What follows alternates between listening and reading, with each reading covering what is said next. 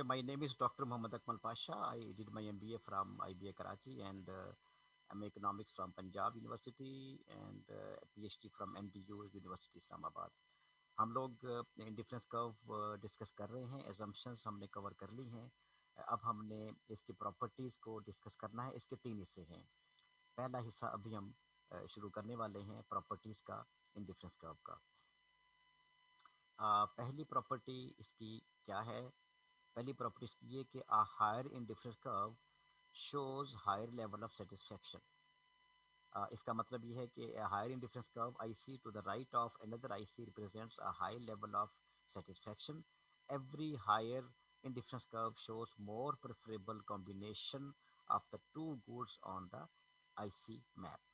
तो ये आप देख रहे हैं कि ये हमने तीन डिफरेंस कर्व आपको दिखाए हैं। असूली तौर पे यहाँ पे लातादाद इंडिफरेंस कर्व मौजूद हो सकते हैं।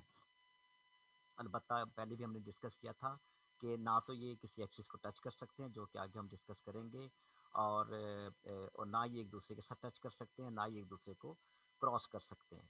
लेकिन इतना ज़रूर है कि जो ऊपर के इंडिफरेंस कर्व है, जैसे यहाँ पे IC1 के ऊपर IC2 है, तो कंज्यूमर IC1 के ऊपर IC2 को प्रेफर करेगा और IC2 के ऊपर IC3 को प्रेफर करेगा। उसकी वजह ये है कि IC2 के ऊपर उसको IC1 से ज़्यादा मिकदार में दोनों चीज़ें मिल रही हैं, और IC2 में IC1 से ज़्यादा और IC3 में IC2 से ज़्यादा। तो कंज्यूमर कहता है कि मोर इज़ बेटर, जितना ज़्यादा उसको मिल जाए उतना अच्छा है, ये इंसान की नेचर है। तो ही विल से कि जी मोर इज़ बेटर। इसलिए वो ऊपर से ऊपर के इंडिफरेंस कर्व, जितना ऊंचा इंडिफरेंस कर्व वो टच कर सके, उसको ऑब्टेन कर सके, उसकी वो कोशिश करेगा।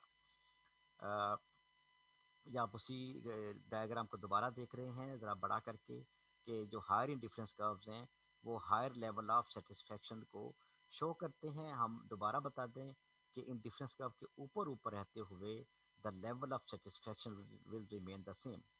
एक ही इंडिफरेंस कर्व के ऊपर रह के लेवल ऑफ सेटिस्फेक्शन कंज्यूमर का सेम रहेगा, लेकिन IC2 पे जाके IC1 से ज़्यादा सेटिस्फाइड होगा, IC3 पे जाके IC1 और IC2 दोनों से ज़्यादा सेटिस्फाइड फील करेगा, so on and so fourth.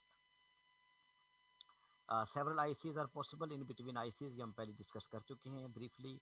In between these indifference curves और अदरवाइज, यानी कि इससे ऊपर भी you can put a number of indifference curves. Each one of these will represent a fixed level of satisfaction. ये हम पहले बात बता चुके हैं। In fact, the plane of diagram contains innumerable ICs. इस plane में, जिसको IC map कहते हैं, इसमें लातादाद indifference curves हो सकते हैं।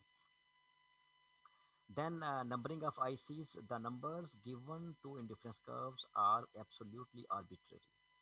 This means the numbering is irrelevant. जो आईसीज को नंबर दिया हुआ है, नंबर 1, नंबर 2, नंबर 3, वो आप नंबर कोई भी दे सकते हैं। आप नीचे वाले को 5 कह दें, ऊपर वाले को 1 कह दें, उससे ऊपर वाले को 3 कह दें, इससे कोई फ़र्क नहीं पड़ता। ना ही इन नंबरों का आपस में कोई ताल्लुक है। ताल्लुक है तो किसका, कि higher indifference curve is preferred over the lower indifference curve. For example, if you assign first IC number 1 to second IC number 2 and third IC number 3, this does not mean there is difference of two levels between IC1 and IC3. तो IC1 और IC3 के दरमियान 2 level का difference नहीं है। क्यों? कि यहाँ पे लातादाद और इंडिफरेंस कर्व भी मौजूद हैं। This just means these ICs represent two different levels of satisfaction.